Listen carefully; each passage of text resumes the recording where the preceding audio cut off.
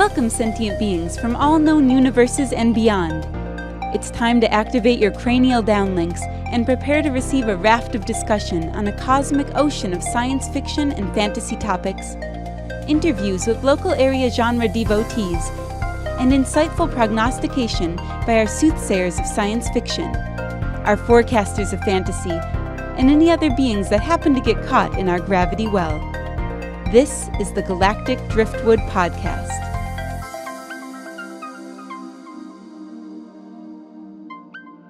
Hello and welcome to another episode of the Galactic Driftwood Podcast. I'm Bill. I'm John. I'm Charles. I'm Audie. And I'm Seth. And I'm Jenna. And I'm Linda. And we're welcoming Jenna and Linda with us for the first time this episode to get a little more female perspective and input into the show and help us talk about some exciting things going on in sci-fi. So welcome to both of you guys for joining us. Welcome. Yay! There was much rejoicing. And the crowd went wild. Except honest rejoicing as opposed to Yes. the eating of Robin's minstrels. Yes. I was waiting for the flags. Yeah. No minstrels? No minstrels. No minstrels today. Maybe next episode we can get some minstrels. So the female perspective, that mean we're always wrong? Just you.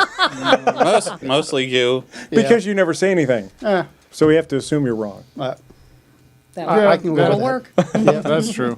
So I think we promised our listeners that this show we would talk about NebKon and our recent experiences there at NebKon. Now, let's see. Linda, you were there. Mm-hmm. I was there. Jenna, did you go? Not this year, but I did last year. Okay. And Seth, this was... Yeah, this was my first year in a long while. Okay. All right. And John, you go regularly. Yes, for the last couple of years I have. Yes. Okay. And Charles, this was your first trip. First time. No longer a virgin. Good. All right. And I think this was my first time, too. I mean, I had been once before, but just kind of popped in and popped out, so I didn't really hang around too long. But anyway, what was everyone's impression of NebKon? Well, I liked it, but What was your favorite part? What did you like the most? I like the creativity. I like the energy. The cosplay. The cosplay, yes. And it's like I look at the cosplay now, and I look at what it took to get them there, and all the things they had to do, and it's like. You mean from the perspective of the cosplayers, or from the perspective of the show, the con?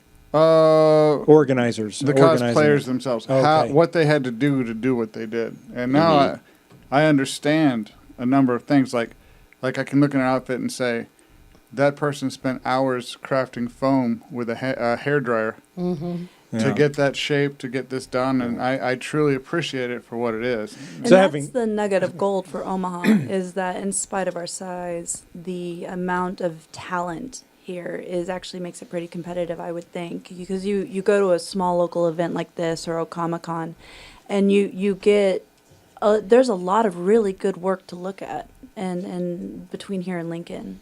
Yeah, I was surprised at how many people were actually there, and how many people that, Linda and I tend to go to a lot of the local cons around town, but there were a lot of people, the majority of people there I didn't recognize, so they were unique to this type of con, I think, which was interesting. Yeah, just the complexity of some of the outfits there. I saw someone in an 8-foot or a 7 to 8 foot Iron Giant costume. Yeah. Just unbelievable. And they had to suffer while wearing that because it's hot. It's got to be hot in there. Yeah, yeah. I just know it is, but I think she's right. I think that we have an overwhelming abundance of talent and creativity here. It's like we went to Teslacon. Yes. And that was interesting. And we'll get more into that in a little bit. Sure. But their creativity was definitely far behind and maybe the NebKon people. But sorry. No, go ahead. No, just jump right in. I was just going to say, maybe it's actually Omaha's size that allows that community to cultivate to the level that we see it. Because if you think about it, Omaha's big enough to where you get a lot of diverse people and interests, but it's still small enough that we find each other in the community. There's a lot of circles that start to overlap because there's a Facebook group called the Omaha Sexy Nerd Society, and you look at how many people are on it and how many people start to see each other's faces and know the same people. It's very easy to connect and find that mutual support, where if you're in too large of a city, you're a weirdo because you're not there's interest in other things, and if you're in too small of a town, There's not enough. no, there's not enough, and then you're still the weirdo. Well, Right. we're all still kind of weirdos here, but Okay, I'm eccentric. we're weirdos who found each other. So Yeah. you're not rich enough to be eccentric.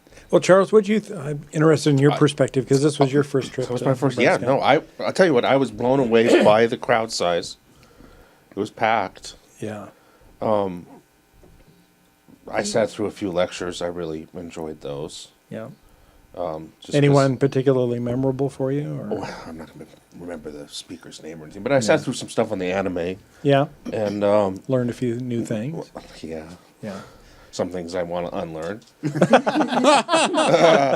no, but there was quite a bit. There was some things about social cues and in the older anime, evidently, especially that people getting nosebleeds because they fell in love or whatever. And waifus. Don't Yeah, forget about waifus. Yeah, I keep trying to forget Waifus. about. I try to forget about the tentacles.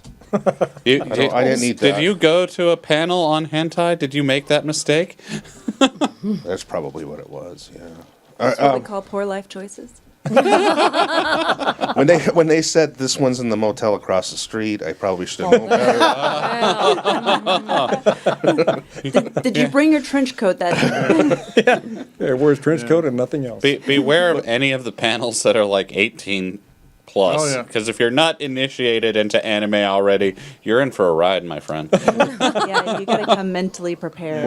No, So I but it think was fun. Audie's now wanting to go next year, Yeah, yeah. just from our discussion here. Yeah, the 18 plus panels can be I am a definitely little listening. different. That Well- probably was one of those. I just Well, no, meandered. not- I meandered in, and Not yeah. at the time you were there. They wouldn't have done that. They would have done that at like 12 midnight on Okay. the hentai panels. Which The real The- bad stuff. This year, in all fairness, none of them were labeled hentai panels. Which has not always been true. Yeah. But yeah, But I think it's good to have. There's got to be room for discussion for things like that, because a lot of the angles that they take in hentai are. There's culture. There's things that if you aren't a little bit more educated about what goes on in Japan, that you may miss. It can tell you a lot, and I think, as a much more subdued culture, there's probably a lot of things that they have to get out somewhere, and if they're able to do that through certain kinds of storytelling and certain kinds of animation. by subdued you mean repressed. I was trying. Yeah. That's the word. Yeah. That's Yeah. the And word. I don't want to make it sound bad, but honestly, that's that they are. They're extremely repressed And I'm not. society. This is not like a blank slate approval for all hentai, because there are some things that go Says the guy in Omaha. too far. But I mean, The it's United States is a very Is- suppressed society as well. I think Jenna might be signing up here as our hentai expert on the show. I would like to make that your official title. I admit Hentai nothing. Master. We've already got a title for her on the website. Yes. So it is written, so shall it be done. So you're saying I need to update my resume? Yes. Because obviously I'm not going to have a job very long. No. But they covered fan service, Yes. and there seemed to be a lot of locally people weren't too big of fans of fan service episodes. I don't know what fan service is. It's the bikini episode. There's always a beach episode, it seems like, in anime where they go and Just for the Or- just to or a- entertain the No. adolescent fans. Hot spring episode. Basically, anytime a female character just randomly loses their shirt. Okay. So like the real world then. Yes. Yeah, it seemed like this year. It seemed like the most of what I saw. I saw a lot of costumes, but My Hero Academia looked like it was the big show this year. It was the slave Leia of the year. Yeah, kind of. It's like used to be, you go to cons and you'd see like hundreds of slave Leias, and it's changed. like a few years ago was Deadpool's, and then like last year was the Harley Quinn year. You can't get enough of those, but now, and this year it's My Hero Academia. I'm sure that there were Naruto years, which is another series. It's like if you follow anime, there's a few big shows that are running at any given time, and I think My Hero Academia is the big one this time around. And 5 years what's ago that was a about? big Bleach year. Yeah, Bleach was a good. My Hero Academia is set in a world where about 80% of the people have some level of superpower, and so Called it quirks. I think. yeah, they're called quirks, and they have. Most people are just like normal people. Their quirks aren't too strong, but then you've got the villains, and to combat that, their society has basically government-sponsored heroes, or not. They're called pro-heroes, and so there's a training program for that. And the main character, Deku, wants to basically be the next #1 hero, taking over for the current one, whose name is All Might, who's the strongest. And Deku, actually, throughout the first arc, is being, well, throughout the whole series, he's being trained by All Might. So it's got a lot of interesting superpowers and different things, some really good character building, and good storytelling, and I think it's got a few interesting things to say about like society and like why people become heroes or villains and Now, As motivations. a follow-up question, since I'm new to the whole anime thing, right?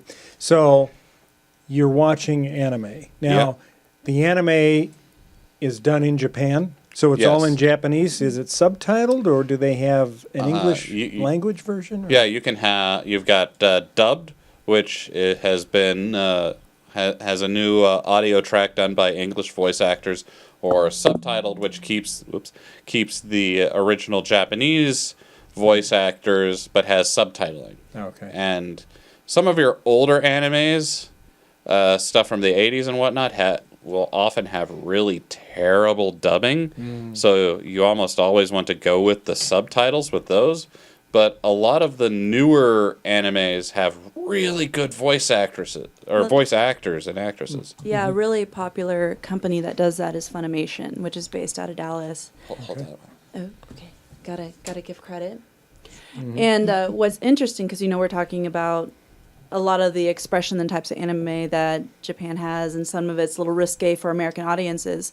So one of my best friends from Dallas, because I went to grad school there, Felicia Angel, shout out. She's a actress for Funimation, and she's taken a lot of time. And what was interesting, what brought a lot of opportunities for her, because she's in My Hero Academia and a lot of other animes, is that the conservatism of Texas, they'd have certain roles, and it was harder to find voice actresses willing to do certain things. And because she was willing to let the artistic expression go wherever and be this voice actress for these different types of animes that others might have had some discomfort doing, it helped her career. So you're saying that some of the actors in Texas, the voice actors in Texas, didn't want to do it because of the subject The content. Yeah.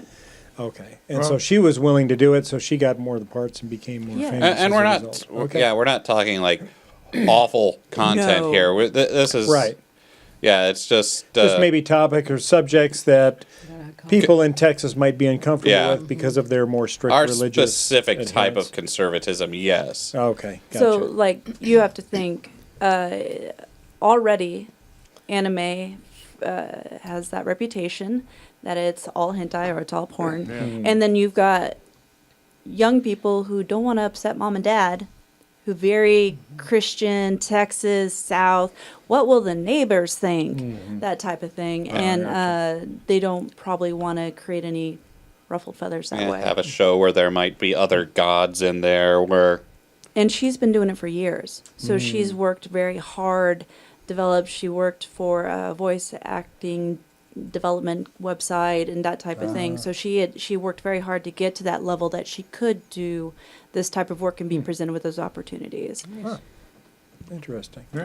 Yeah, but But that was a factor, which I thought was really interesting when she was telling me about her experiences, that being unwilling to do certain content limited because they're in Texas. Wow. Gotcha. But modern. One of the big things for Anime Nebraskon is actually that they try and bring in a lot of popular voice actors. Like those are their Vic, Mignola, Mignola. something like that. He played. Correct us in the comments. He's pretty big. Yeah, Elric on FMA, Full Metal Alchemist. He was Broly in Dragon Ball. Oh, nice. He was describing, actually, I went to a couple of his panels, and he's a very charismatic person. He loves to talk. But he is also describing the process. He didn't go into the shaming aspect of Texas culture, but he's in Texas, so he probably would understand exactly what you're saying, but, he didn't want to say that, but... I think it's... See, that's why we love our show, because we'll say these things. Right? Our hentai master will be out there Goodbye, clear saying rating. the things. That is not the... We missed you. That will not while you lasted. That will not get rid of the clear rating, but I have ideas. I do. To get rid of the clear rating? I do. I have plans. Well, do we know in Japan for public consumption? I mean, is this on TV? Oh yeah. Or are these? Oh, yeah. Yeah. So they do actually have Well, you have to topics that we're not Comfortable with. Well, comfortable it's with in parts of the United Have States. you ever seen anyway. a Japanese game show? Or a public I have. bathhouse. Well, I'm I just never saying. know what's It's like they're so repressed that the game shows, the bathhouses are definitely another thing. But it's like their game shows are drenched in humiliation, where they lose face, and it's like this is the only socially acceptable way that they can lose face, and it's like so they revel in it. You'll go down the street in Tokyo, and there's machines that have like panties in them that you can purchase. Pre-worn panties. Yes, pre-worn, and then. Haughty. It's No, a he's right. very different culture, though. So And symbolism I mean- is important. Yes. A lot of it comes, it's symbolism. It means we have just something found else. Audie's expertise. by the way. I think we have. Somebody else told me about that, and I'm just... No, it's true. I saw it on the web, so it must be real. Yeah, Yes, well, there you go. Handy You know, I think- vending machines. Confirmed. So Yeah. Josh Cato and Katie Otten went to Japan for their honeymoon, and Josh mentioned what that I heard. actually. Yeah. Yeah, he mentioned that. So that's kind of amazing to me. That I mean, there's stuff that we, as like from our culture, are like, boy, that's awful weird. And I'm sure there's stuff they come over here and they're like, what No. in the seven hells Yeah. is wrong with makes these me people? think of that. Netflix has that new series out, The Kaminsky Method, Oh, with God. Michael Douglas and Alan Arkin. That was And hilarious. They just so Michael Douglas plays a character where he's an acting instructor, and he's talking at one point to Alan Arkin about the fact that he's got an import-export license because one of his ex-wives made extra money by selling her panties, used panties, and shipping them overseas. So he had to get an import-export license. Wow. One way to make money. Yeah. I have a lot of students from other countries, and I ask them what's the strangest things Americans do, and I'm sure they're like editing out all whatever X-rated thoughts they have, but the number one thing is our portion sizes. They Yes. like Americans. You eat too much food. I mean, like way too much. It's like Yeah. one of your meals will feed the village. Yeah. You know, it's like you're True. a fat people, and it's Yeah. like I have to agree with them. It's like we are a fat people. Yeah. We eat too much crap, Yeah, but I it's- cannot. Yeah. I cannot fault that logic. it is not your fault. Where are we It is going for lunch America. today? What's It's that? America. Where are we going for lunch today? Redundancy and violence is what I would hear a lot talking to international students while in grad school. Like there will be hot cup or hot contents, like things that, Make, Hot that coffee, make like perfect things that- sense. beware of exposed wiring, you know, Right, like right. things that should be obvious. Let's not hurt ourselves. it's very redundant. It'll be in a different ways and That's to several prevent different ways. lawsuits. Exactly. Yeah. And the fact that we have that culture versus Yeah. they're like, what? Duh. And then if you hurt yourself, that's on you. Yeah, Right. Other Yeah. cultures don't play that game. You It's mean like, they take responsibility for their actions instead of, well, it didn't tell me it was going to be hot. well, no, yeah. Well, if Well, we're a someone's dumb enough sue-happy culture. to pour coffee on themselves, then you're going to suffer. And it's like you can't litigate because you bought the coffee, and we understand, you understand that it's hot. And yet somebody somewhere won a lawsuit. Well, and here. That's where we Well, are. in the United Yeah, States. yeah. And it's like that's the kind of culture we have. So Like you say, A the redundant- comedian the pointed redundant out. part. Yeah, It's not just that they're warning. It's that they said hot plus coffee. or- it's like just the fact that I'll it's let Charles. so obvious. Why Yeah. are we spelling it out? Like that's having to spell it out. Right. Right. And then of course violence, the amount of violence we show versus lack of naked human body. Right. And a lot of places they have much more restrictions on violence than Than how naked much Makes nudity. sense. Right. Yeah. Yeah. We're still period. Lottie, you had something. A comedian pointed out that all these ridiculous warning labels you find all over everything is because some idiot did it. Basically, yes. Yeah. Yeah. That's a rule we have on the railroad that every rule in the rule book is because somebody did something. Yep. But Jenna, to your point, that has always kind of bothered me is that the fact that we're so against the showing of love between people and all of that entails. But yet, on the other hand, we have no problem showing violence, people's heads blown off or hacked to bits or whatever. The violence in shows, no problem with the violence. But if you want to show two people, in love and doing lovemaking or whatever, no. Or can't just have being that. naked. There's Yes, shame around the right. body. Just like if just being naked. Yeah. That is a problem. Yeah, and Right. you'll see the same kind of thing in anime actually, where like almost any level of violence in show, like depending on whatever age rating, but you'll more often see crazy amounts of violence, and you will see like the fan service, but that's always done for like titillation and never and almost always associated with shame on somebody's part. yes, yes. Usually the woman's, but yeah. Mm-hmm.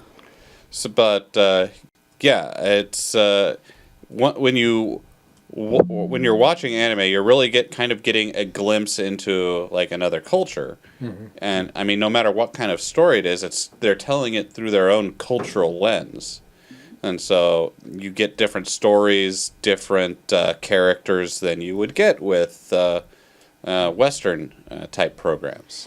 And then I think the complexity of the storyline is what's made it more and more attractive to our generation and younger, which is why you go to cons like these and you're seeing a growing amount of cosplay of these different characters and exposure. I mean, if you were to go, my first con was in 2008. And there wasn't nearly the amount of cosplay that there was. You were much more rare, and generally it was American superheroes, DC and Marvel.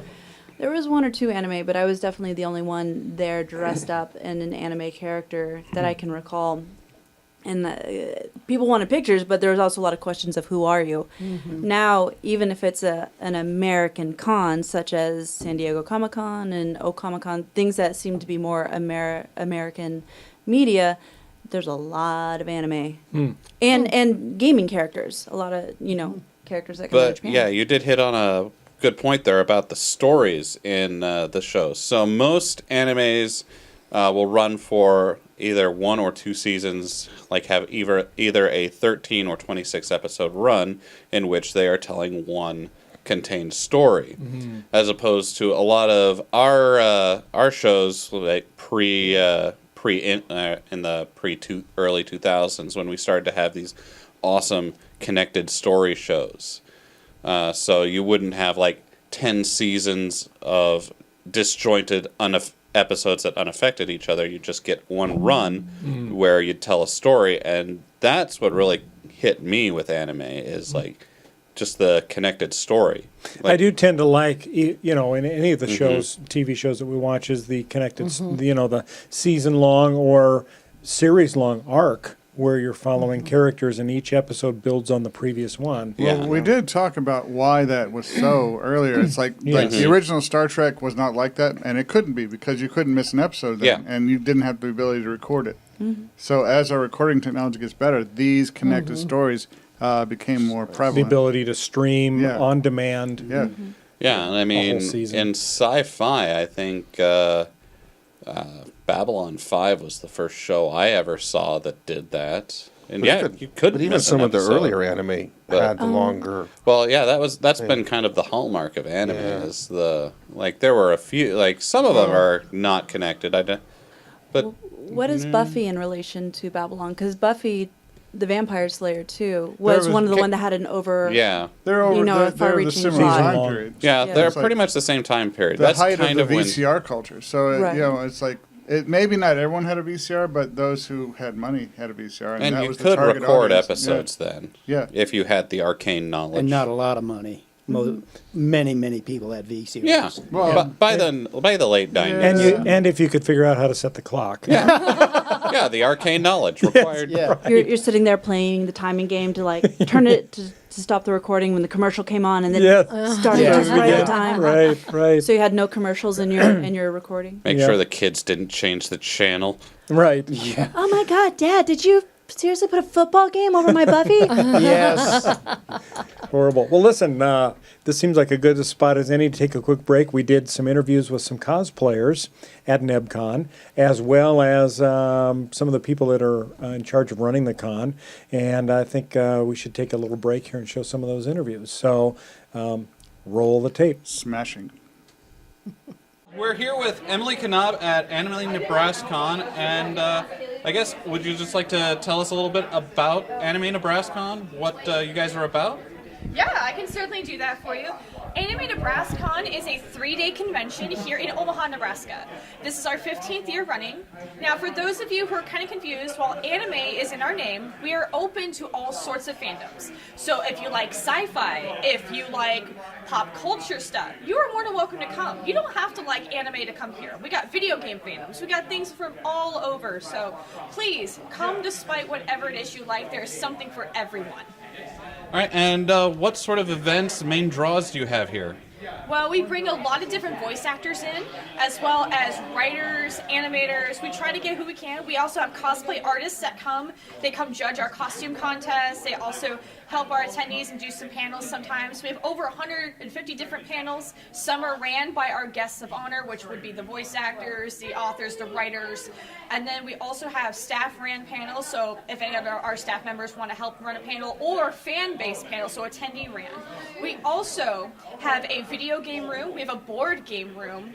We have a lot of different things for everyone to do. There's always something going on. We even have other conventions here promoting their cons, so that way if people during different dates of the year want to go do something else, they're more than welcome to do so. We also have dance parties on Friday and Saturday nights for everyone as well. What sort of attendance do you have here every year? Or at least this year. Oh, well, every year it's been kind of going up. In the most recent years, we've been kind of between 6,000 and 7,000. We're hoping for over 7,000, depending on the draws we get. A lot of people do come on Saturday, so about 6,000, 7,000-ish. All right, one of the big events is the cosplay contest coming up here later on tonight. Can you tell us anything about that and what'll be going on? Yes, our cosplay contest will be about 7 o'clock tonight here in the hotel. And it's the biggest event at the con. Many attendees come and watch. And the people that compete, they've built their costumes. There's a variety from beginner to master. We have judges that came to some of our cosplay guests. And it's just really cool to see the craftsmanship. We also have skits as well, where people do make cosplay skits. It's really entertaining and fun. We also have a swimsuit contest as well, where people make swimsuit versions of their characters if they wish. It's a really fun time. The cosplayers get to show their hard work.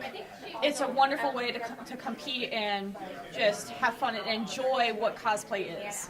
All right, well, we'll be there tonight. Thank you very much. Thank you.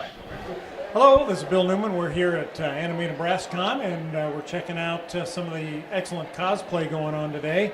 And We have with us a gentleman here, and Steve, and a great cosplay. Steve, do you want to give us your name and tell us who you're cosplaying today? Sure. My name is Steve Bosserday, and I'm cosplaying as Geralt of Rivia from The Witcher. Okay. And I love those contact lens eyes you got in there. So where'd those come from? Online, overseas. Well, tell us about the rest of your costume here, how you put it together and sourced it. This was all purchased online, actually. Okay. So I lacked skill and time to make my own, so I bought it. Now, where do you go for stuff like that? The suit I actually found on Amazon. Really? And gave them all my measurements, and they made it, shipped it, and it fits. Well, we're here at the convention registration area for Anime Nebraskon, and we have another cosplayer here. You want to tell us your name and who you're cosplaying? Sure thing. So my name's Sorrow, and I'm cosplaying a crossover between two characters, Pyrrha Nikos from the show Ruby, and Pyrrha Midhead from Silent Hill 2. And how did you end up putting this all together? Is it all handmade? Yes, everything but the tights was handmade. And how did you make the headpiece? So the headpiece is made out of cardboard and paper mache, and I can see through it because I used something called mirrored window tint film. So it's a lightweight one-way mirror film. Oh, is there any part of the convention you're looking forward to? Yes. I'm actually entered in the cosplay contest in a few hours. It's my very first cosplay contest ever. I'm super, super hyped. I'm Ron Wiseman, and I'm cosplaying the Riddler. And did you make the whole outfit yourself? Well, with the help of my daughter, yeah, we kind of made it all ourselves. Now, are you cosplaying different things at the con today, or are you going to be doing this all week? This is the only one I'm doing today. Tomorrow I'll be doing Master Roshi. Now, what do you like about the con so far? Just all the different costumes. You come here and you can see just about any costume from any show, from anime to cartoons to all the superhero movies, pretty much anything. Hi there, I'm Danny Wen. I'm actually cosplaying a historical figure, Amakusa Tokisada from Japan. He's from the Fate series, but Fate Apocrypha specifically. Well, it's a great cosplay. So did you make all of this yourself? No, actually, I commissioned this through a friend, and she directed me through one of her contacts. So I just gave them my measurements, and I got this. Now, are you going to enter into the costume contest? I'm not really professional in that matter, but I know a lot of my friends that actually do participate in the costume contest. So you'll probably be watching it then tonight. Yes. My name is Skylar, and I'm cosplaying as Connor, who is an android from the video game Detroit Become Human. Oh, okay. Now, how did you put the costume together? So most of it was pre-purchased. I bought the jacket by itself, and it came with some LEDs. So the triangle, the armband, I've got LEDs on the back. All of that came with it. So just kind of bought the jacket by itself. Then the light-up headpiece is a separate piece. It's an LED and it changes color as well if I can find my button for it. I've been here every year for the past about 8 years or so a veteran. Now, what do you like most about it? What keeps bringing you back? It's just a very unique atmosphere where everybody's in costumes. You see characters that you recognize. You make a connection with people you've never met before. And even though they're strangers, you kind of have like a friendship, kinship kind of feeling with them. So even if there's nothing to do, you're still having a good time because of the friendships that you're making. I'm Ashley, and I'm being Deku from My Hero Academia. And I'm Lauren, and I'm doing a female version of All Might from the same show. Yeah, he's usually a guy. Sorry. Now, why that show? What do you like about that show that makes you cosplay?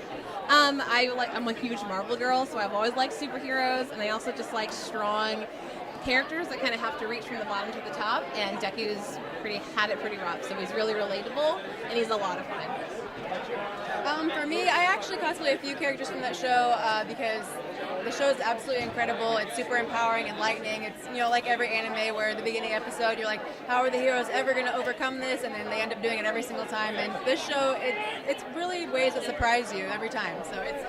Now, what do you like most about Anime Nebraskon? What brings you back? Oh, the people, 100%. I met so many people last year. Everyone's super nice and friendly. If you're wearing a costume that's from a show that they've seen, recognized, or they're from too, they're like, can I hug you? Like, so excited. And they remember you, they follow you. We network through social media and stuff, so we stay in touch. And then this is the one time where, out of maybe once or twice a year where we all get back together for a big reunion party. So it's a lot of fun. Yeah, I love the community here, and I also like the cosplay contest. Last year was my first year, like I said, and I was really impressed by the way costume contest ran, and so this year sure I'm going to do it. My name is Brittany Gore, or Buttery Rose Cosplay on Facebook, and I am Sylvanas Windrunner, Ward Chief of the Horde from World of Warcraft. Very nice cosplay. Now, can you tell me about the work that went into the costume?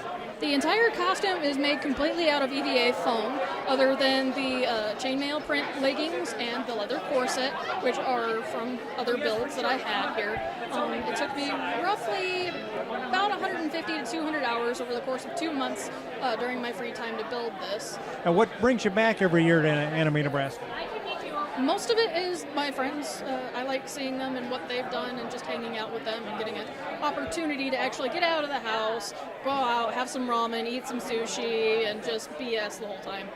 I'm Tyler. I'm a Spartan from Halo.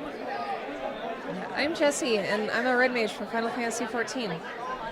And tell me a little bit about your costumes. How'd you put it all together? Where'd you source the material? I 3D printed mine and just sanded and painted it over the summer. Big Halo fan? Oh yeah, definitely. Especially Griffball. How about you? For my costume, I found various pieces of clothing online that I sort of just kind of like matched it together myself. The one thing that I did make with my friend was my hat. And I basically found like an old cowboy hat at Goodwill. And I used red felt and like copper wire to basically make a frame and make these little swoops. How long have you been coming to Anime Nebraska? Since like 2010, I think.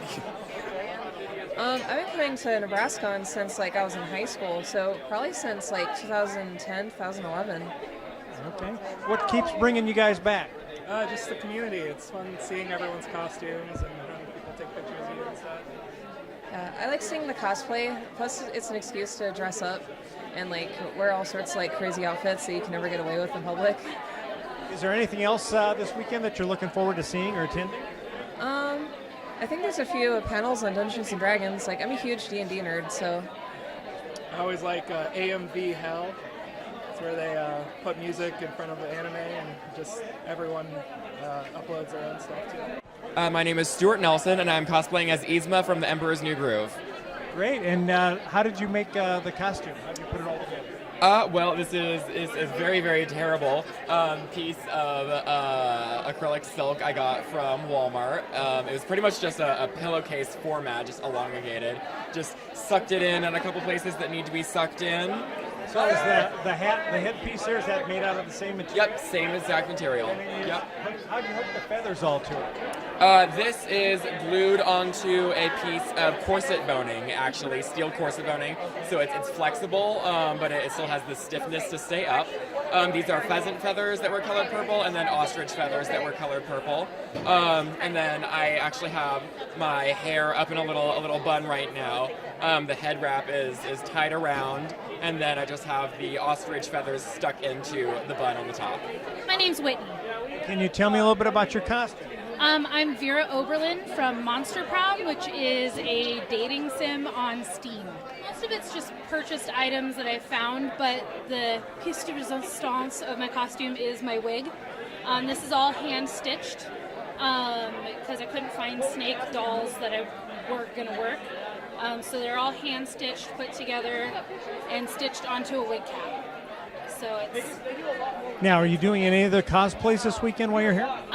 Yes. Yesterday I was a character named Portia from another dating sim called The Arcana.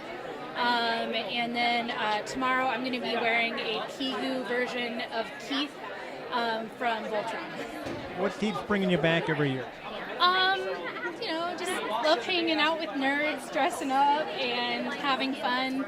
There's a lot of friends that I only get to see at conventions, so it's always fun to come and hang out with them. Is there anything that you're looking forward to yet this weekend? I have some friends that are in the Love Live group that's going to be performing, so I'm excited to watch them. Some friends of mine are running a Monster Girl panel that is later in the evening for adults. And just running around and having fun and hanging out. All right, well, thank you very much. Have fun at the con. Thanks, you too.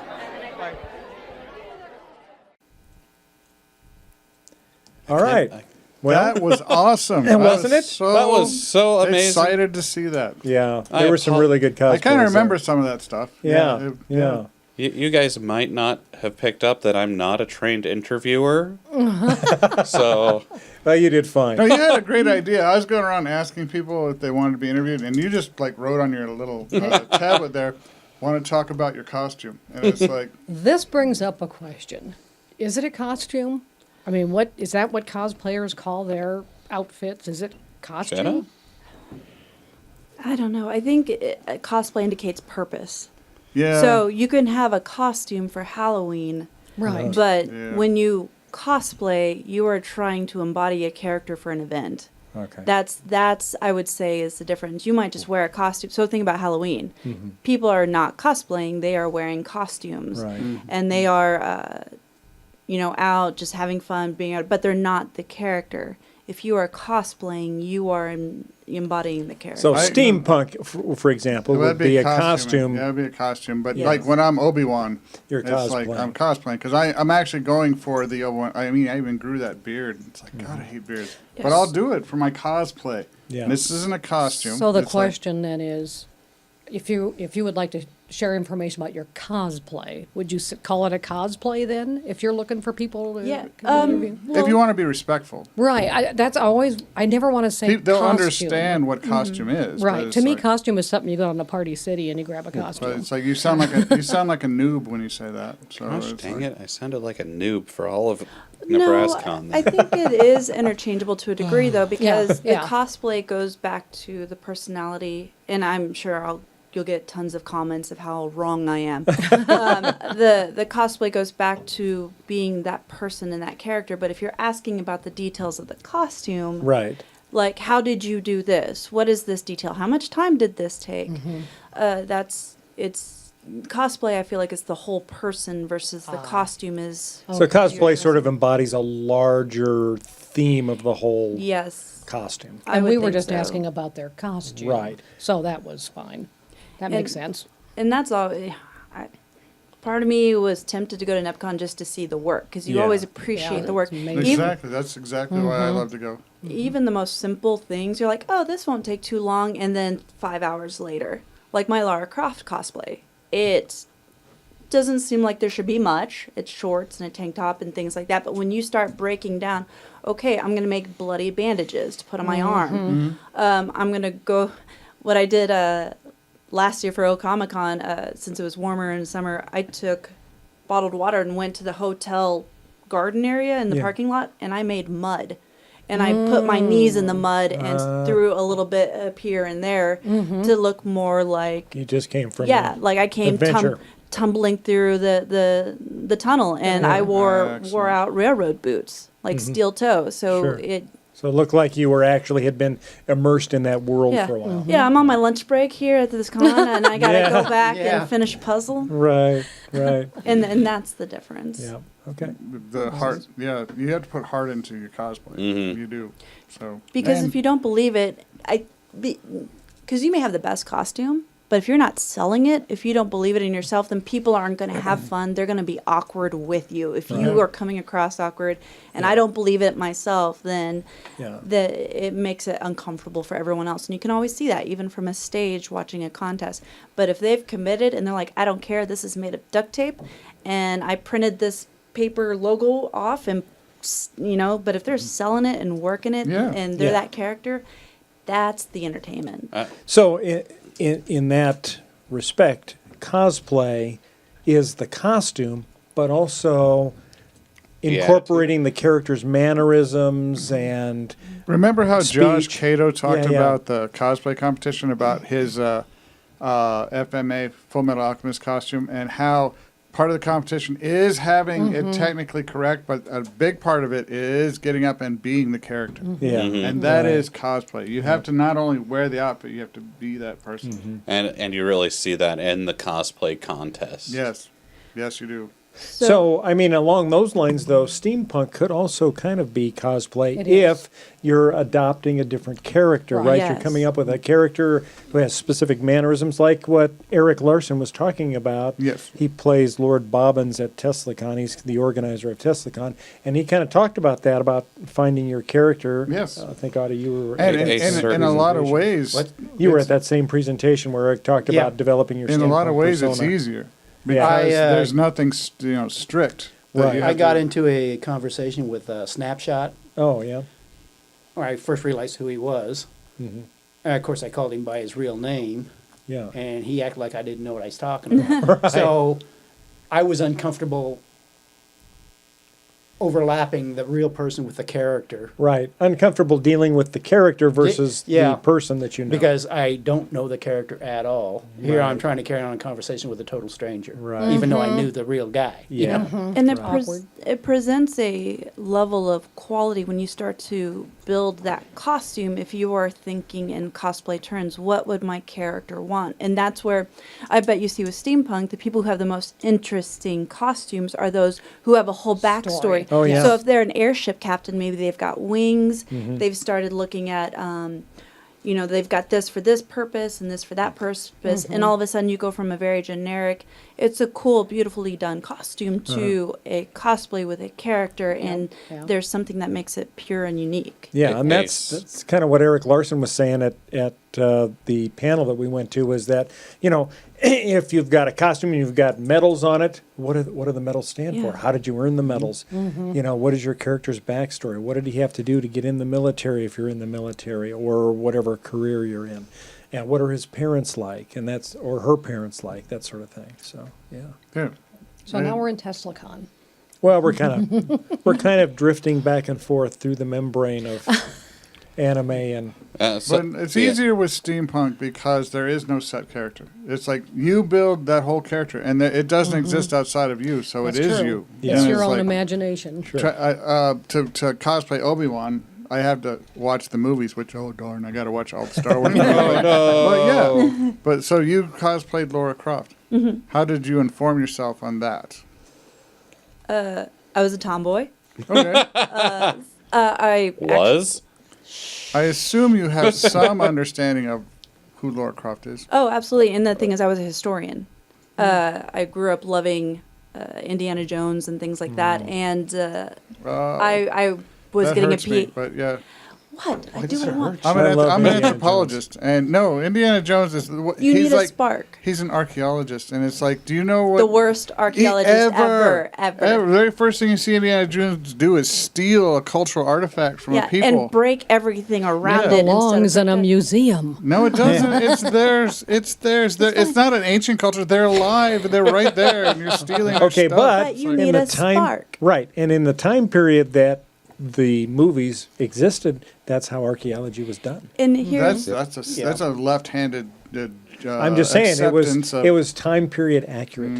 yeah, it was. This is what was wonderful about Lara Croft is you have to understand, she is one of the first major pop characters that has brown eyes and brown hair. And growing up as a little, Mexican American girl, I was presented with Barbie. Right. And then So were we all. exactly. And it's like I remember telling my mom, I wish I had blue eyes and blonde hair. Yep. I wish I looked like the other girls I was in school with, because I have gone to different schools and I was often the only quote unquote person of color. And so here's Lara Croft. She's badass. She's the rating. That's all right. I'm good with that. She's No, we've cursed. She's intelligent, and she looks more like me.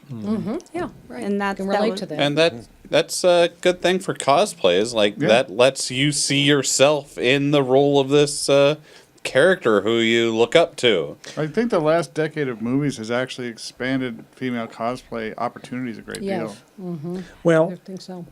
and that kind of brings us to a similar topic that was just in my science fiction news feed this week, was the the expansion of the sci-fi universe to include not only women but people with physical handicaps. No, that is the best segue you've ever done. I'm going to give you a golf clap on that one. That was awesome. Not sir. even a pun. Not even, yes. Are you reining it in for our guests or what? It's like It's the close proximity. I guess. Did It's Linda like you're- replace him? Linda's within slapping distance, so The audio. Think of the audio. But no, yeah, the what was the actual project called? It's the Destroy project. Destroy, yeah, but I can't remember what the actual particular part of that was. But it was talking about the expansion of the sci-fi universe to include that and to give more people more representation and to make the broader sci-fi world, if you will, look more representative of culture, actual culture. And here's the conflict you'd have to start thinking about. If they have the technology then to rebuild anything, Sure. are there still people who are disabled? Are there Right. still people who don't have a limb because we'll do some stem cells and we'll grow that back? So everyone in theory could be perfect in the future. Exactly. And that's kind of the future that you go for. You go for no one has poverty, no one has crippling illnesses, no one has. Because I remember Christopher Reeves had the problem that he was offered movie roles, but always as the bad guy. You mean after he fell off the horse? Yeah. Yes. Yeah. Man, that would have been kind of awesome. I hate to say that, but it's Well, I like know, but I think that goes. But that's a problem. good point. That's a problem. It if, is. if every time You have a handicapped it's, person, they're offered an evil role. If that's what our society. Well, it's the same insists you problem as do, every time you yeah. have it for a dark-haired person, they're the Right. bad guy. Well, remember James Bond, the guy Yeah. was always in a wheelchair with the cat in his lap. So, Right. I mean, that goes way back. And all the witches always had the dark hair, dark eyes. Oh, that's right. Yeah. I thought you were going to say the witches had wheelchairs. And stuff. I don't remember the witches. But I just remember. So that's something to look you. The specific project that we're talking about is the September-October issue of Uncanny, which year? is Disabled People Destroy Science Fiction. Uncanny is a fiction magazine. What year? 2018, this year. This year. Yeah, this so, came out. Sweet. Yeah. so the Destroy project is something that started back in 2014, I believe, with Women Destroy Science Fiction, and that was coming out at the height of Gamergate and the associated sad and rabid puppies movements. When they say destroy science fiction, what are they? Well, what they're saying is that for so long, science fiction has been about normal-bodied people, Well, right? Normal Mostly being white with penises. Right, Yes. right. Men. There's your clear ratings. Right. It's been men, white men typically in the heroes' roles. Yeah, good hairline. running, and that's gone so long that has become accepted as de facto science fiction, and anything that deviates from that is ruining science fiction, according to These sad and the rabid puppies. Yeah, these sad well, puppies but that don't want to see that expansion. They don't want to see women take on that is these such an odd view to me. hero roles, or Yeah. handicapped people take on 'Cause- But these there's- heroic roles. There's nostalgia. So I disagree with them, but it's also, I think, hard to separate yourself from those childhood memories. Yeah, so, true. like the new She-Ra run. I loved the original She-Ra. I loved the animation, the character design. I thought it was great. So a part of me is like, I don't know about this reboot. Because I preferred her looking womanly. I preferred her looking and being a certain way. And they're trying to make her more, in her cast, more open and acceptable, and so that other people feel relatable to that Sure. character. And there's a point where you're like, I gotta let it go. I gotta let it go and let it become something new. Nothing can stay the same. Enjoy your nostalgia, the old form. Understand the context. Now let's go to the next level, because the more we evolve and have the diversity, the more it's gonna be what we see every day and be interesting. Have The other thing is, you- I don't think most people who are sci-fi fans, if you ask them why they watch sci-fi or read it or whatnot, are going to go, well, it's just because of nostalgia. No. They're going to pretend anyway to go.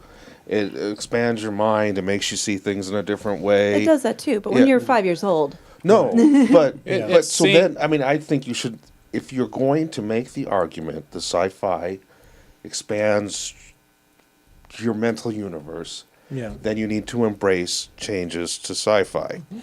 Well, and that's just how it is, even if it's uncomfortable. Yeah, this actually comes back a little bit towards what we were talking about with cosplay and being able to see yourself in that character. And like for so long, all of these characters that were primarily white, straight male men. And so white male straight men can see themselves in the roles of these characters, but now we're kind of expanding out to like giving other people the chance to see themselves in these characters. And some people don't like sharing their toys. Well, it's like Battlestar Galactica, the reboot. It's like With all of a sudden, Starbuck. Starbuck's a woman, Boomer's a woman, and it's like a lot of people lost their minds, and it's like, it threw me for a little loop. It's like, how am I going to adjust to this? And it's like, it turns out it's like way better than the campy 1970s version, way better. Yeah. And this Starbuck was much better as Starbuck than Dirk Benedict. It was an awesome show. It made Battlestar Galactica infinitely better than it was. And I think it helped all of sci-fi because it became so popular. It did. Yeah, I think the rabid puppies are probably almost lost their minds over that one. Well, another one was Heimdall from Thor when they cast Idris Elba as the god Heimdall in the Norse pantheon. They were like, you can't have a black Norse god. You can't and it's like they're sci-fi comic book. They can do whatever they want. Yeah. Well, or Doctor Who. And it was awesome. With the new female doctor. There were people that just went insane over that. And are still going insane over that. But it's like... And their tears are delicious. Yes. Can one of you explain sad and rabid puppies? All right. So just Go for our ahead. audience. Well, so sad puppies basically is a group of people that men, pretty much entirely as far as I know. White straight men. Yeah. That are fighting against the introduction of female characters and people of color and people of different sexual orientations or no sexual orientation into sci-fi. And they're fighting against it, and a big example was the impact they had at Worldcon, the World Science Fiction Convention. The Hugo this year. Awards. Yeah. So they would phrase that as they are more towards the specific feel of sci-fi that is has that. They think that those things having the people of character characters and LGBT, they view that as politicizing the fiction, Right. and they want political free fiction. Good point. Right. And that is the way they phrase it. Right. And really, it when you listen to them, it does come off as them being like, but why did you even feel the need to have a gay black guy as your main character? You just did that for representation. That's politicizing your story. Right. And that's not what sci-fi is about. They say they don't want any politics in their science fiction, and I want to just kind of like slap them upside the head When and you go, have a history of representing only one group of people because of oppression, then when people start representing other things, they start calling that you're going away from tradition. And that's tradition can be that kind of a chain around innovation. But let's also, I don't think stories and the quality of when should be compromised either. Well, no, and So, they're I mean, not. no, and I'm not saying they're not, but I think there is also a push to go too far. Like, I guess when Dunkirk came out, it's not sci-fi, but there was a lot of backlashing. Where are the African Americans? Where are the Asians? And it's like, they're in England during the 40s. Not as noticeable of a population. You should.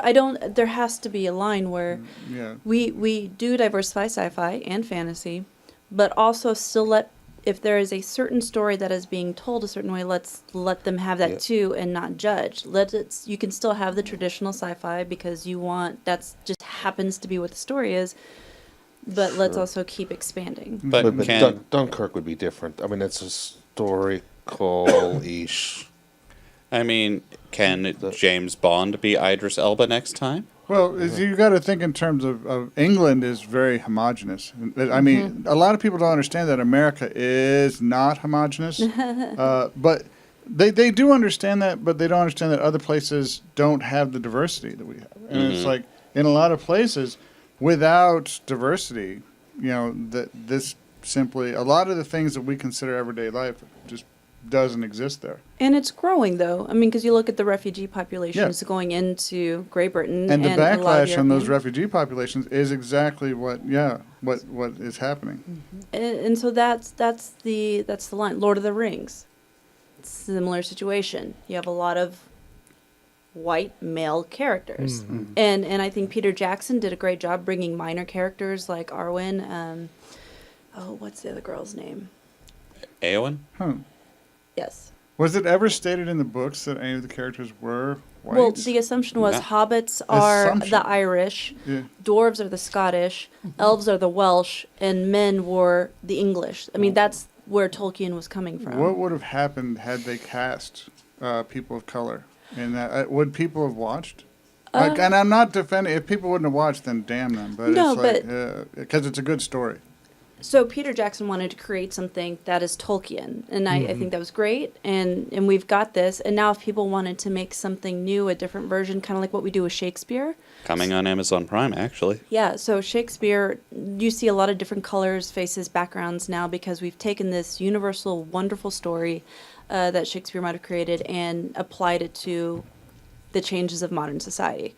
So I think there are still situations where you give ode to the context of that situation, such as Lord of the Rings, or some of the other classics, and then now we go and expand without and include other groups without this backlash of you're ruining everything. No, we're just giving a different perspective. Well, yeah, no, I agree completely with all of that. But it's like, so you're saying leave the originals. You know, this is what they are. Now we've established the universe. Have fun. And if someone wants to pay homage to the old, to the context of what it was before, I don't think they should be villainized. Right. Which is what I think you still see. Like there are Yes. people who are going too far the other way. Yeah. Really? Well, so you're saying that there's some Shakespeare that's rolling out? Well, there always has been. Well, I mean, modernized Shakespeare. Oh, yeah. Well, all I can remember is that Leonardo DiCaprio thing. Oh, you need to go to Shakespeare on the Green, like here in Omaha. There's a lot of mosquitoes there. And I'm a little lost. Brave it. Put some deed on and It's more about do it. But yeah, no, I'm a little lost on something. No, because I don't think I complain. If it's done silly, like I don't care, or too preachy. But politics and sci-fi, why not? Sci-fi is political. I think right. I mean, so The whole that purpose of it is to make a statement. Look at the Star Trek episode. I think your last Battlefield, where you had Lokai and the other guy, and one was black on the left side and white on the right side, and the other guy was white on the left and black on the right, and they pretty much destroyed their entire planet over the fact that they couldn't get along because they were different. And like the original Star Trek was highly political. Right. Yeah, it was. Had the first interracial kiss on TV. Yeah. They did. And I think those things are good. I think whatever is trying to be expressed, let it also be expressed without saying, you just didn't have any women because you're sexist. Right. Or, I mean, so that's the line. I mean, or maybe there is room for debate depending on how it's done. I just think that right now with social media culture, we try and hop. There's not as much room for nuance. We need more nuanced conversations about these things. Yes, I agree. Instead of, no, we're not going to talk about it, you're just a bad person. I mean, there's totally room for the old style sci-fi stories. I think the people who are refusing to make room for the new stories is the problem. No, and I would absolutely agree with that as well. Yeah. Now, here's sort of something that's along those lines, and that is the different perspective that people have for different types of programming. Recently, there was a blow up in the news with Bill Maher and Stan Lee over Stan Lee's death, where Bill Maher came out and while he didn't he didn't attack Stan Lee. He basically said he attacked the fans who mourned Stan Lee. Well, he attacked the fans, saying that basically the comics were great as a little kid, but when you realized that once you got to be an adult, you read adult books, you didn't read comic books anymore. It's even worse than that. I think Seth is looking up the direct quote, but it came as far as saying that people who think there's so much that comics are so intellectual and are offended even by this statement are stupid. Mm-hmm. That there's basically insinuating there's nothing Comic intellectual. book culture is dumb. So, and that's yeah. actually what he said. Mm-hmm. So Seth has the quote. Yeah, he was.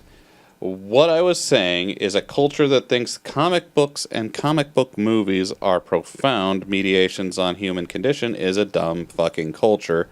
And for the people who get mad at, and for people to get mad at that just proves my point. Uh-huh.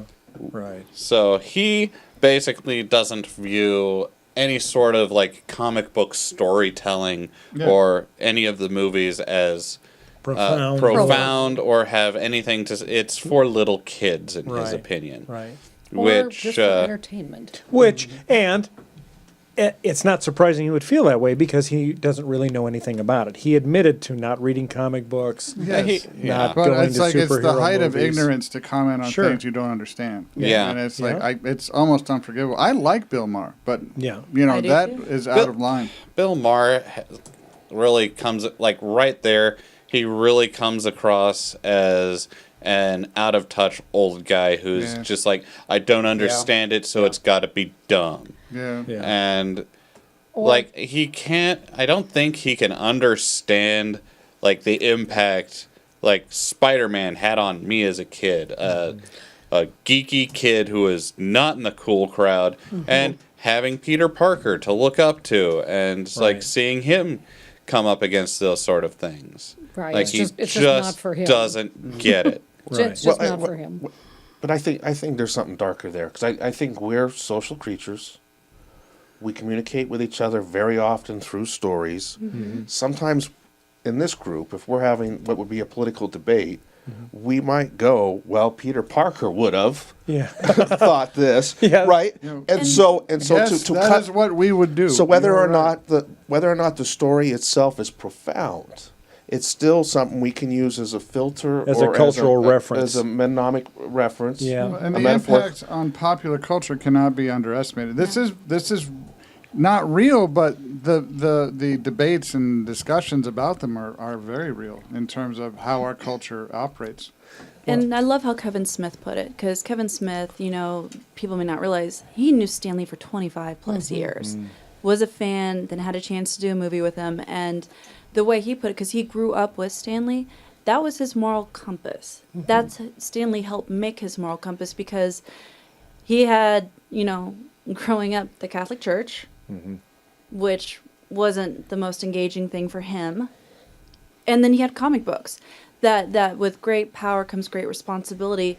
Whether you have the money, you help someone, or if you have great strength, you help someone who can't help themselves. You're always doing more to help. And he said that cannot be underrated enough. That, you know, it may on the surface look like a comic book, but if what you're looking up to and what you're consuming sets that compass and how you're going to interact with the rest of the world, that is the value. In a world where the rich and powerful do as they want, it's like it's only recently that I've actually thought in terms of these people have superpowers. Why aren't they stealing whatever they want? And then because would I hope not, but if not, then it's because of the example comics books gave me. It's like The fact you that have none of them power. have mech suits is a waste of a great resource. Just saying. Well, I don't think Superman needs one, but. Well, how does the concept of absolute power corrupts absolutely play into superheroes with superpowers? Oh, they constantly fight that. They do. They're always fighting that. Yeah, and I mean that's one of the deep storylines comic books have to tell us is how can people handle these powers. There have been multiple different authors and artists who've tackled fascism and nationalism, a lot how we can shining lights on other societal problems. Like Marvel was doing racism Yeah, they were. back in the or not Back they in the were 40s. tackling racism back in the 70s in like their own like ways. I mean, it wasn't always great. There were definitely failings, but like At least they addressed Stan it. Lee was Yeah. like Marvel and DC both were. I think the 60s, actually. I'm going to check myself, but I'm pretty sure X-Men came out in 1962. Yeah. And that's what the core of X-Men. But But Bill Maher just dismissed all that. Just like without any kind of understanding of what he was talking about, he dismissively called everything that you learned dumb. a dumb fucking culture. Yes. Yeah. Well, And- I might yes, say and something there about goes our our clear culture, rating. but I'm going to say Well, I already my said it first once, and it was exposure him. that I'm aware of to morality and moral responsibility was the Super Friends cartoon. You know, at 4 years old or whatever I was, sitting in front of that going, I want to be the superhero, not Lex Luthor, right? Yeah. And might not be profound, but it's a 4-year-old kid. That's Sure. that's as decent a foundation as I think it's age. I think it Anything. has a lot to do with his age because I know Bill and I are probably about the same age as Bill Maher, and my experience with cartoons is Mickey Mouse. Yeah. That wasn't really superhero-y, or Coyote, Wile E. Coyote. Well, and it could be an example of I can't remember what the term is for it now, but the less you know about something, the more of an expert you think you are on it. Yeah. Yeah. Yeah. Right? Oh, that's- And it could be that, he had, like many of us, a small exposure to cartoons as a child.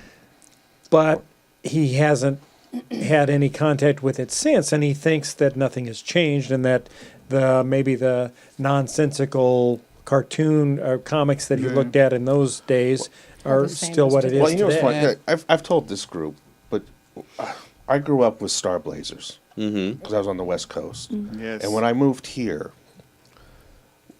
one of my this is 20 years ago, but I started to make up Star Blazers Fan story. No, I was having a conversation with somebody, and I go, "Well, Derek Wildstar would have blah blah." Yeah. And he's like, "What are you talking about?" And I went, "Oh my! I have to subdue this whole." Well, yeah, but But it was important. But like my I political understand, views are informed. by- informed. It's one of the filters. Yeah. Is from And I the think for me worry it's- about the gamelons. It is a filter Yes. from childhood. Yeah. Yeah, but, I mean, but you guys don't know what it is. Do you know what Star Blazers is? No, I Yeah, haven't it's- seen I've it. never seen Star Blazers, but I know I've seen your costume. Charles is right. I think it only showed on the West and East Coast, and I saw it when I lived in California. So I don't know why, but it's like no one here has seen it. It's like no one knew what my cosplay was. But I was like you said, a lot of times. But so people so just I don't had know. I won't go too far, but like so I grew up with the worry that I don't even know what's a worry, but aliens from outer space are the threat. Everybody else has come together. All the other politics is small compared to our bad guy.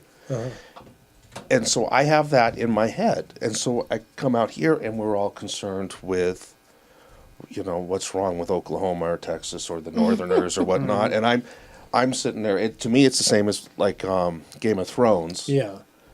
There's people going, but what about the winter creatures coming, right? Yeah, right. Yeah. Well, why are we fighting Right. amongst ourselves and the other people? And I think if you grew up with Star Blazers, you have that in you. It causes a I difference remember in that. culture. I thought in terms when I saw Star Blazers, it's like I wish that aliens would attack, because then we become unified, and it's like I we still won't do do. it ourselves. And that's Or we wouldn't, and we'd all die. that's the dark storyline of the Watchmen. Spoiler Right. alert. When you read the comics, not the original graphic novel, not the movie, the movie made it seem like they were all supposed to be against Dr. Manhattan, and that's what brings humanity together. But instead, with the whole point that the villain was trying to make was, let's create an artificial simulated alien invasion, and then people will have to come together.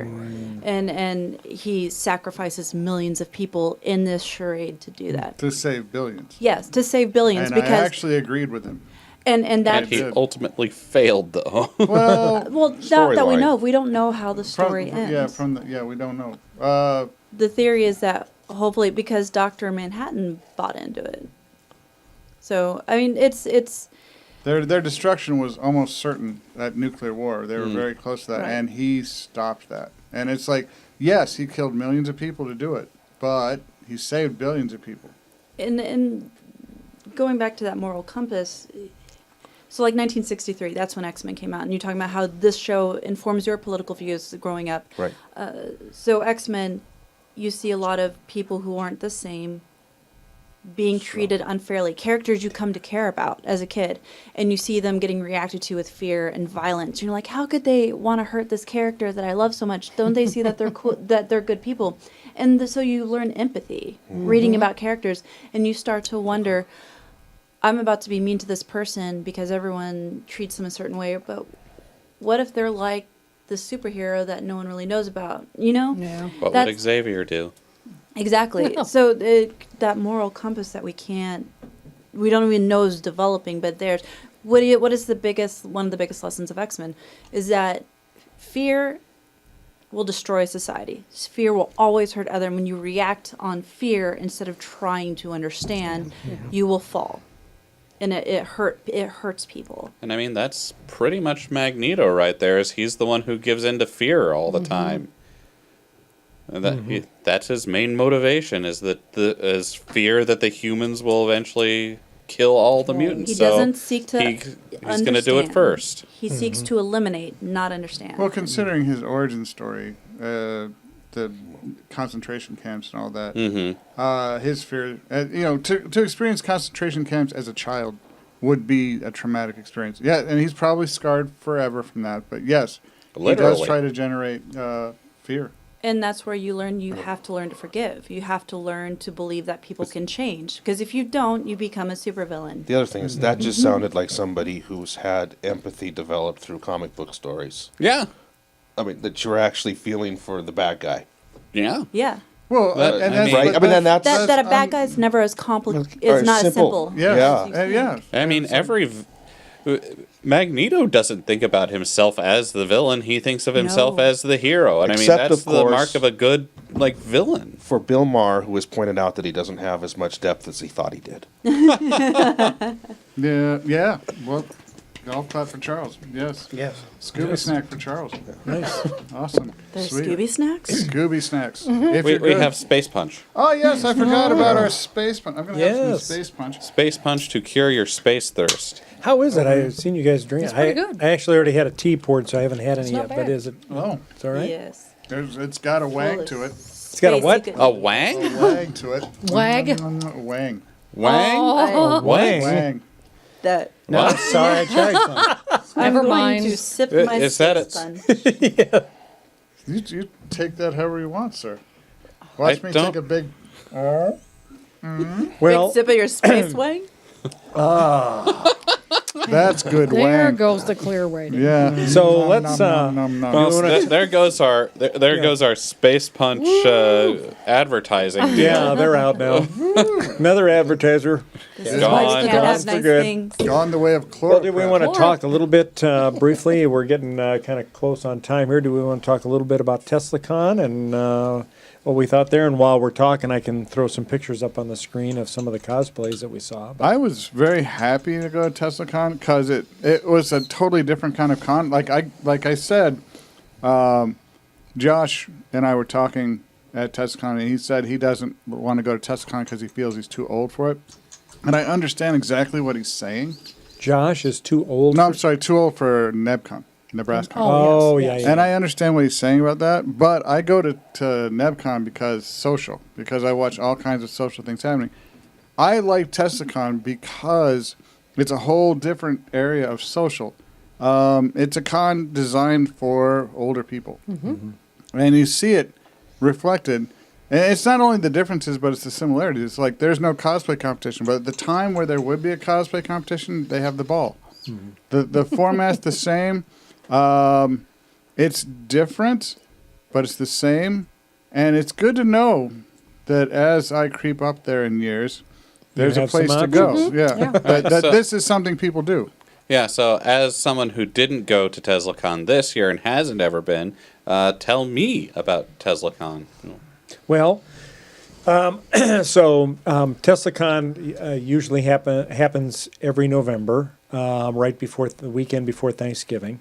And this was the 9th Teslacon that they've had. Where is it held? It's held in Madison, Wisconsin. Oh. So not a horrible drive from Omaha, about 7 hours. Horrible drive. is in the eye of the beholder. Well, but, yeah. yes. If you're driving to Madison, Wisconsin after you get off work on a Thursday night, You might find some deer. Yeah, and as you're driving on the roads, you're getting close to Madison. You get off the interstate because you're on like highway, and as John found out, the deers eye you dangerously as you're driving at that time of night. So, but for Audie and Linda and I and a friend of ours, Paul Crank, we drove up. We left early Thursday morning. We got in probably about 3 o'clock, I think. Yeah. And but this was the 9th Teslacon, and he does like a 10-year story arc. And so it started in year 1, and then each year is kind of a different theme, but it kind of builds on the story. So the first one we went to, I think, was Teslacon 5, which was Journey to the Center of the Earth. So that was the theme, but it's got the same characters in it. So they have this bad guy called Dr. Procticus. And that cracks me up every time. Yeah. And it's like... Yeah. I hear Dr. Proctologist every time you No, say that. that's what I was thinking. I was like, Yeah. what kind of weapons did he have? Oh, Just his finger. Is that a dirty bomb? Yes, it is. I think it is. This is a steampunk convention, right? Yeah. It sounds like Yes. he'd be a supporter of chloroprep. Yeah, he might be. He would. Might be. He would. But anyway, he's the bad guy, and the good guy is played by the con organizer, Eric John Larson, and he plays a character called Lord Bobbins, who's like the Prime Minister of England. And so those two are constantly battling, and Dr. Procticus has his own army of minions called Swarm, which is the Society for War against on the royal masses or against the royal masses. And so he's constantly battling the good forces. And so each time, no matter what the theme is, there's this battle that happens. And the nice thing about it is it's billed as a full immersion convention. So they have actors that they hire. So as you spend your weekend going around, you're going to view different vendor rooms or you're going to different panels or whatever. Maybe you'll be waiting in line for something. Actors will be coming along and they'll stop and they'll do a particular part to help get you into the immersion, and you'll get another little piece of that particular. They had really good actors. Yeah, that particular That sounds episode. like a lot of fun. Yeah, and they even go so far as like, so it's held at the Marriott, and they even go so far as replacing a lot of the pictures in the lobby of like J.W. Marriott and all that. They replace him with Lord Bobbins, you know, in his suit and everything, you know. Military suit. And then they have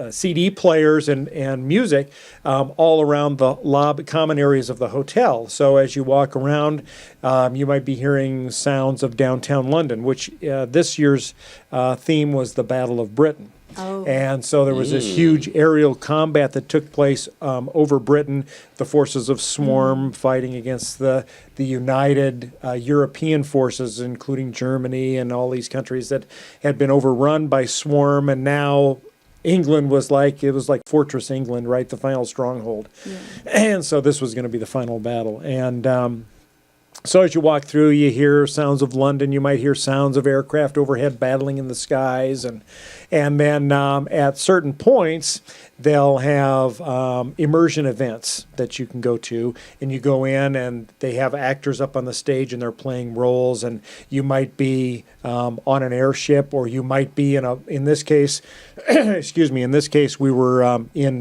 bunkers in London because Swarm was coming and they were dropping bombs. And so you're in this bunker, and then on the screen, you're seeing a video from on top of these airship docking platforms, watching dirigibles battle in the sky with aircraft and all this kind of stuff, and weapons going on, and so it's a pretty cool event, actually. It's kind of different than other cons, any other Yeah, con it I've really been to. sounds Really, like it. yeah.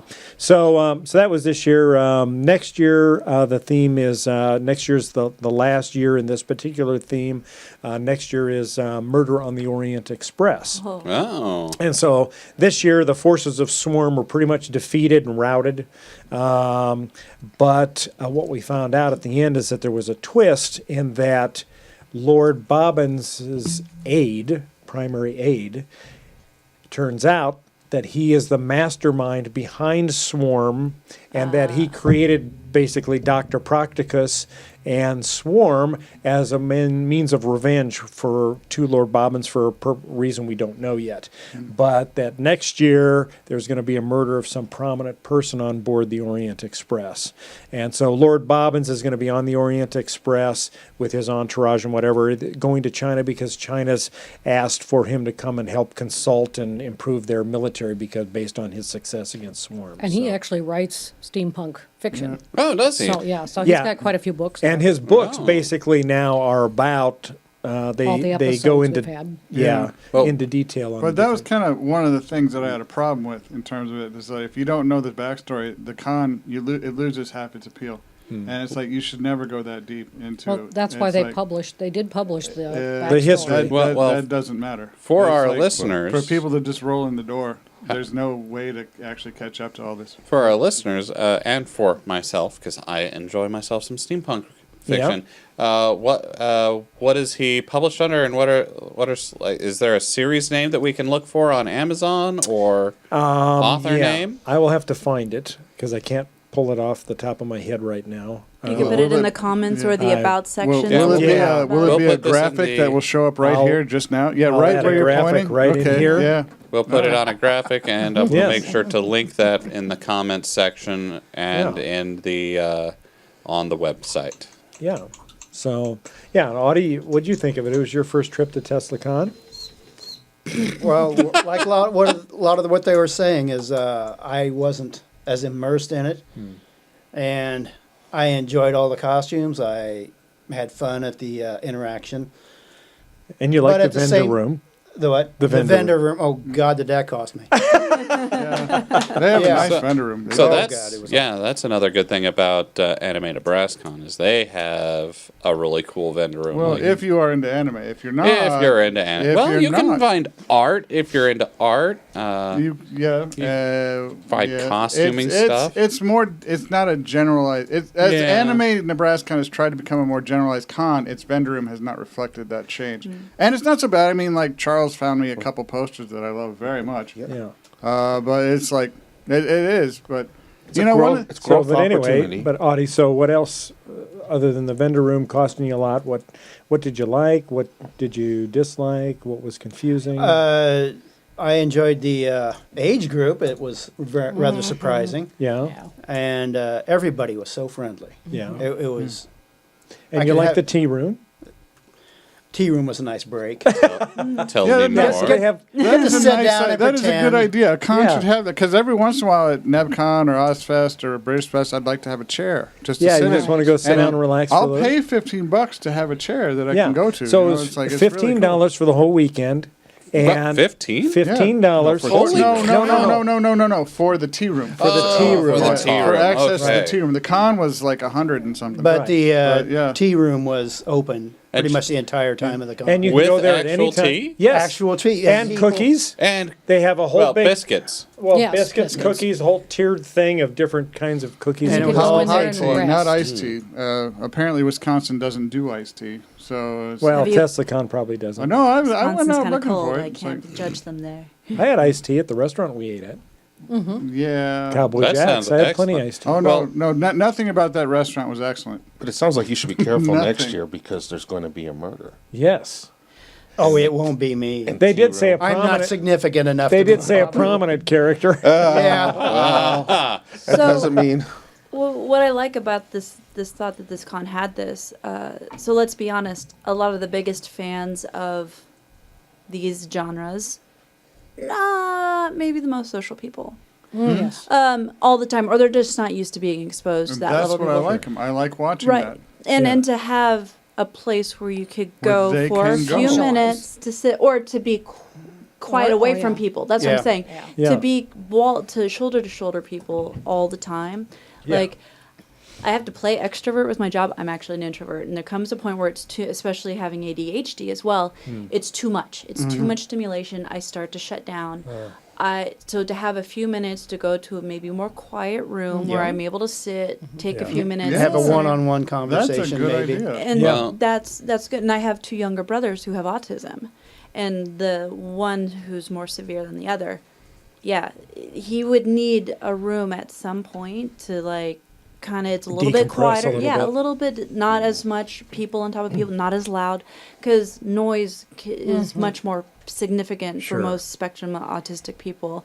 So having, because you love the thing, you want to go be around it, you want to talk, maybe make friends you never had, Yeah. but you need a place You to need a get away. timeout. Yeah, it's nice. Yeah. Well, And that's what it sounds like maybe this tea room was. It was a quieter Well, place. had I'm to that an get potential. away. introvert Did. also, Yeah. and attention deficit disorder. Yeah. And hey, we're a group here. sound off. Yeah. We went as a group. I was in there a few times on my own. I just Right. Yeah. And these that's people. fine. Now, Yeah. and the cool thing about it is that just because you go to the tea room doesn't mean you've taken yourself removed No. yourself from the con, because at some points the actors will go into the tea room as well, and they'll sit down and maybe have tea with you, or maybe come by your table and chat you up and That kind sounds of in awesome. character, about what's going on. And we had one guy was kind of like a Sherlock Holmesian character, and What was up with the kid who came up to us and said, "Which way to the front, sir? I have to go die now." I don't know, but that was awesome. That was just, yeah. So, well, That's that way. so British. Yeah. Oh, to the front, the battlefront. Yes. Yeah. Yeah. Yeah. Yes. Yes. I don't. It was just jarring. We tried to talk him out of it, I Yeah, think, but we did. weren't- But no, we're I must successful. go. I must go. Yes. It's okay. They that have way. to defend Vampire. England. The Empire requires my death, and so I will jolly well do it. Pip pip. We're on our way now. Yes. My rank is cannon fodder.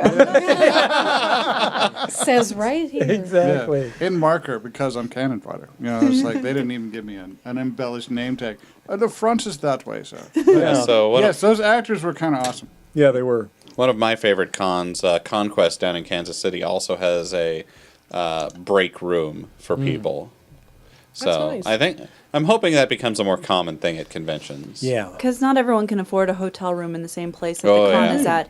Right. And definitely, I prefer that myself because I like to be able to find a place to sneak off to, take a breather. I don't know where NebKon would put one though, because they actually had to put things in the other hotel this time across the street. Events. Right. Part of their events were actually across the street this time, so they've expanded to the point where the Ramada's too small for them. Yeah, they're going to have to maybe find a bigger venue. But where? It's like if you take it to like Council Bluffs, where they do Okama. The Mac Center though, that's ideal for commercial cons, for vendor cons, but for what NebKon does, That's not true. so much. And the Yeah. hotels aren't really connected, and that's part of the experience. A lot. I don't personally like the room parties. They're just not my thing, but a lot of people go for the room parties. So, we've got to have that. Well, listen. Oh, Linda's got her little animated parrot that she got from Teslacon from the vendor room. She's Does been he say playing with anything? the whole time. She has No, been. he just squeaks and eats. So happy. Just like a real parrot, squeaks and eats. Well, listen, forgot poops. I think we're over time here, and it's time to bid our audience adieu. And thank you all for joining us for another episode of Galactic Driftwood. Next time, we're going to have a really fascinating discussion, and by the time we have the show, About time we had one of those. by the time the show airs, we'll have figured out what that's going to be. Yeah, don't know what it'll be, but it's going to be great. We had plans for this show, and none of them came true. So No. it's like, Yes. and that's fine. That's great. Yeah. It's the journey, Yeah, not it the is. destination. It is. Well, we can always hold them over for next time. Yes, we can. Yeah, thanks to Linda and Jenna. Very much. Yes, Thank you very our much for guest coming. today. We'd love to have you guys. Yes. Hopefully for you'll come having back. Oh, yeah. All right. I heard And there's Sean? Scooby snacks. Yes. We'll have those after. And His Seth. name is Seth. Thank you. Seth. Seth. Yes. This is your chance for your little closing. Remember to like, subscribe, follow us on YouTube, Apple, Stitcher, Twitcher, Spotify. Twitch. We're basically everywhere they want to be. Like, subscribe if you like us. Leave a review. That'll help us out. Yeah. Tell us we suck. Tell us we don't. Whatever. We'd like to hear from you. Tell a friend. Tell all your friends. Send them to us. All right. For scientific purpose. You will be science. You will be assimilated. science. Resistance is futile. All right. Well, thank you all, and we'll see you next time. I'm Bill. I'm John. I'm Charles. I'm Audie. I'm Seth. I'm Jenna. I'm Linda. Bye-bye. Bye. Bye. Thanks for listening to this episode of the Galactic Driftwood podcast. For more information and past episodes, please visit our website at galacticdriftwood.space or subscribe to us on YouTube. And now, please deactivate your cranial downlinks, collect your towels, and be sure to watch your step as you exit our gravity well.